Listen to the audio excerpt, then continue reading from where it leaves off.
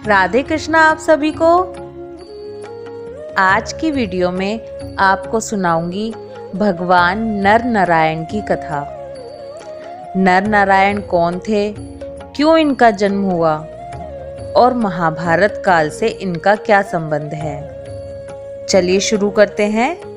लेकिन उससे पहले अगर आपने अभी तक चैनल को सब्सक्राइब नहीं किया है तो प्लीज़ जल्दी से चैनल को सब्सक्राइब कर लीजिए।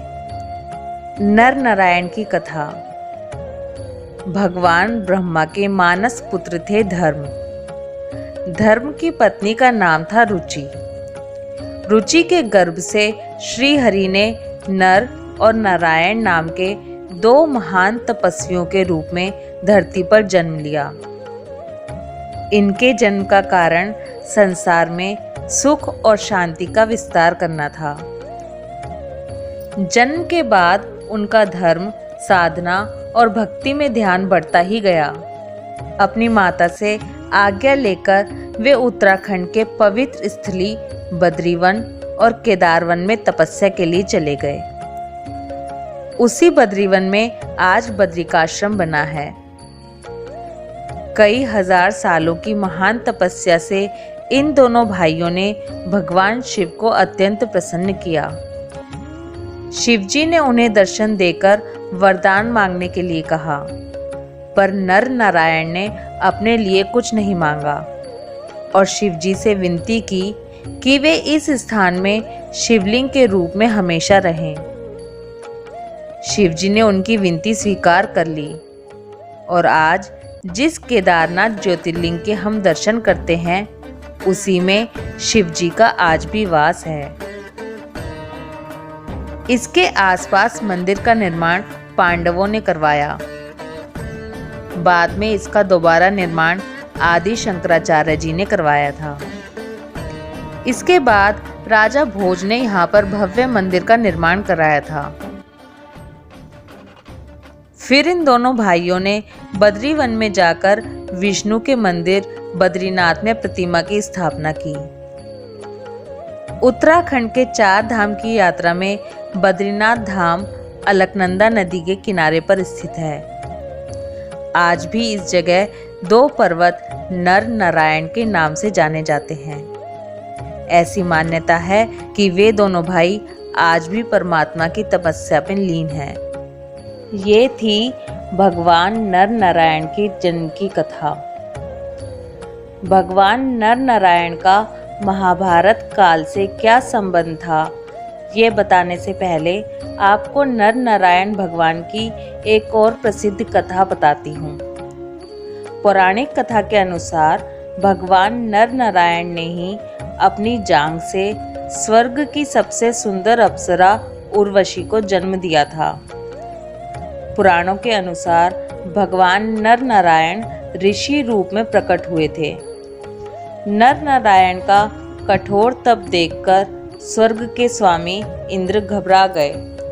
उन्हें लगा कि नर नारायण भगवान शिव से स्वर्गलोक ना मांग लें। इसलिए उन्होंने कामदेव, वसंतदेव और स्वर्ग की सभी सर्वश्रेष्ठ अप्सराओं को नर नारायण की तपस्या भंग करने के लिए भेजा।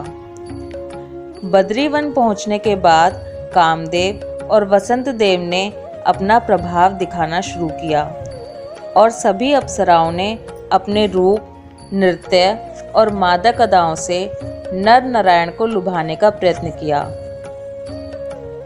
संगीत के स्वर और घुंघरुओं की झंकार से नर नारायण के तप में विघ्न होने लगा। तब नर नारायण ने उन सभी अप्सराओं से अधिक खूबसूरत अप्सरा उर्वशी को अपनी जांघ से प्रकट किया। यह देखकर कामदेव सहित सभी हैरान रह गए और इंद्रदेव बहुत लज्जित हुए। वह समझ गए कि नर नारायण तो साक्षात भगवान विष्णु का अंश हैं। उन्हें किसी भी तरह भ्रमित करना संभव नहीं है। इसके बाद नर नारायण ने कामदेव, वसंतदेव और अन्य अप्सराओं को आदेश दिया कि वह उर्वशी को अपने साथ स्वर्ग ले जाएं। और अब सुनते हैं कि महाभारत काल से नर नारायण भगवान का क्या संबंध है। कहते हैं हमारा आज का जीवन हमारे पिछले कर्मों से जुड़ा होता है। कुछ लोग कर्मों को पुनर्जन्म से भी जोड़ते हैं। हमारे आज का नाता हमारे पिछले जन्म के कर्मों से ही जुड़ा हुआ है। पौराणिक महाग्रंथ महाभारत के कुछ किरदार ऐसे ही हैं जिनके साथ जो कुछ भी घटित हुआ वो उनके पिछले जन्म के कर्मों की वजह से ही था। भगवान श्री कृष्ण ने भी गीता में कहा है कि हे पार्थ, आत्मा अमर है। यह एक शरीर को छोड़कर दूसरे शरीर में चली जाती है। जैसे हम एक वस्त्र को बदलकर दूसरा वस्त्र धारण कर लेते हैं, वैसे ही आत्मा भी दूसरे शरीर में चली जाती है। और ऐसे ही कई उदाहरण महाभारत में ही मिलते हैं, जिससे पता चलता है कि महाभारत के महायोद्धाओं का पहले भी जन्म हो चुका है। पौराणिक ग्रंथों के अनुसार कर्ण और अर्जुन की दुश्मनी सिर्फ महाभारत तक सीमित नहीं थी, बल्कि कई जन्मों से चली आ रही थी। शास्त्रों में कथा आती है कि एक राक्षस था जिसका नाम था दंबोध। दंबोध सूर्य भगवान का बहुत बड़ा भक्त था। दंबोध ने भगवान सूर्य की तपस्या की, जिससे सूर्य भगवान बहुत प्रसन्न हुए और कहा, वरदान मांगो। तब राक्षस दंबोध ने एक विचित्र प्रकार का वरदान मांगा। इसने भगवान से मांगा कि मुझे 1000 कवच दीजिए और मेरे पास 1000 कवच रहेंगे तो उनमें से यदि किसी को मेरा एक कवच तोड़ना है तो उसे मुझसे 1000 साल तक युद्ध करना पड़ेगा। और आगे कहता है कि वैसे तो कोई 1000 साल तक युद्ध कर नहीं पाएगा, कोई करेगा ही नहीं। 1000 साल तक कोई युद्ध क्यों करेगा, लेकिन फिर भी अगर कोई करने भी लगे और मेरा एक कवच टूट भी जाए तब भी मेरी मृत्यु ना हो, उसी की खुद मृत्यु हो जाए। जो भी कवच तोड़ेगा उसकी मृत्यु हो। सूर्य भगवान ने वरदान दे दिया और तथास्तु कहकर अंतर्ध्यान हो गए।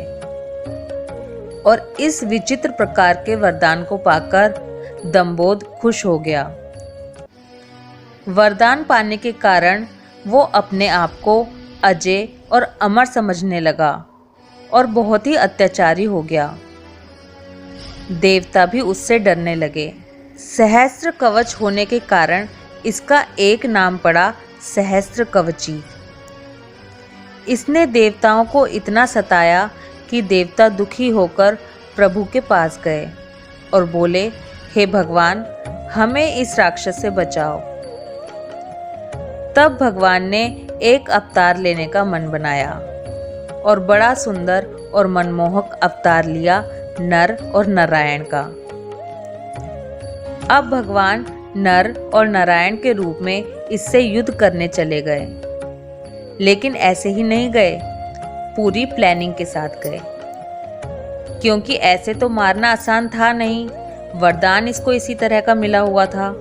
तो भगवान ने पूरी प्लानिंग की और क्या नीति बनाई कि नर तो गए दंबोध से युद्ध करने और नारायण बैठ गए तपस्या पर।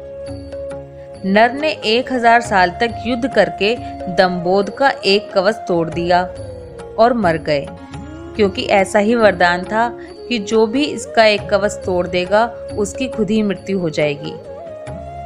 सहस्त्र कवची का एक कवच तोड़ने के बाद नर की मृत्यु हुई और नारायण, जो कि तपस्या पर बैठे हुए थे, उन्होंने अपनी तपस्या के बल से नर को वापस जीवित कर लिया और बोले, अब नर तुम तपस्या करो, मैं युद्ध करूंगा। फिर नारायण ने युद्ध किया, उनकी मृत्यु हुई। तब नर ने उन्हें जीवित कर दिया और फिर नर युद्ध करने के लिए चले गए। ये थी भगवान नर नारायण की पूरी प्लानिंग। एक युद्ध करता, 1000 साल तक कवच तोड़ता, दूसरा 1000 साल तक तपस्या करता, फिर वो उन्हें जीवित करता और फिर खुद युद्ध करने चला जाता। इस तरह से भगवान नर और नारायण ने दंबोध के 999 कवच तोड़ दिए। अब कितने कवच बचे? एक कवच बचा, क्योंकि दंबोद के पास 1000 कवच थे। और जब एक कवच बच गया तो वो राक्षस भागकर सूर्य लोक में जाकर छिप गया, क्योंकि सूर्य देवता इसके इष्ट थे। अब आते हैं महाभारत की कथा पर। महाभारत की कथा में एक ही व्यक्ति था जिसके बारे में मान्यता थी कि उसने कवच कुंडल के साथ जन्म लिया। यह कोई और नहीं बल्कि कर्ण था। दरअसल कर्ण ही पूर्व जन्म में राक्षस दंबोद था और नारायण भगवान थे श्री कृष्ण। और नर कोई और नहीं, नर थे अर्जुन। तब महाभारत में भी अगर कर्ण का कवच तोड़ना पड़ता तो पूरे 1000 साल तक युद्ध करना पड़ता। पर महाभारत का युद्ध तो केवल 18 दिन में समाप्त होना था। तब भगवान श्री कृष्ण ने युक्ति लगाई और देवता इंद्र को भिक्षुक के रूप में कर्ण के पास भेजा और उसके कवच और कुंडल ले लिए। तब नर यानी अर्जुन ने कर्ण का वध किया। इसलिए भगवान नर और नारायण का जन्म हुआ। और आज भी बद्री विशाल में भगवान नर और नारायण साक्षात विराजमान हैं। तो ये थी नर नारायण भगवान की कथा। बोलो नर नारायण भगवान की जय। उम्मीद क्या, मुझे पूरा विश्वास है कि ये कथा आपको ज़रूर पसंद आई होगी। हमारे पुराणों में ऐसी सैकड़ों कथाएं हैं। आगे भी आपके लिए और भी कथाएं लाती रहूँगी। तब तक के लिए प्लीज़ वीडियो को लाइक कीजिए और ज़्यादा से ज़्यादा शेयर कीजिए। राधे कृष्णा।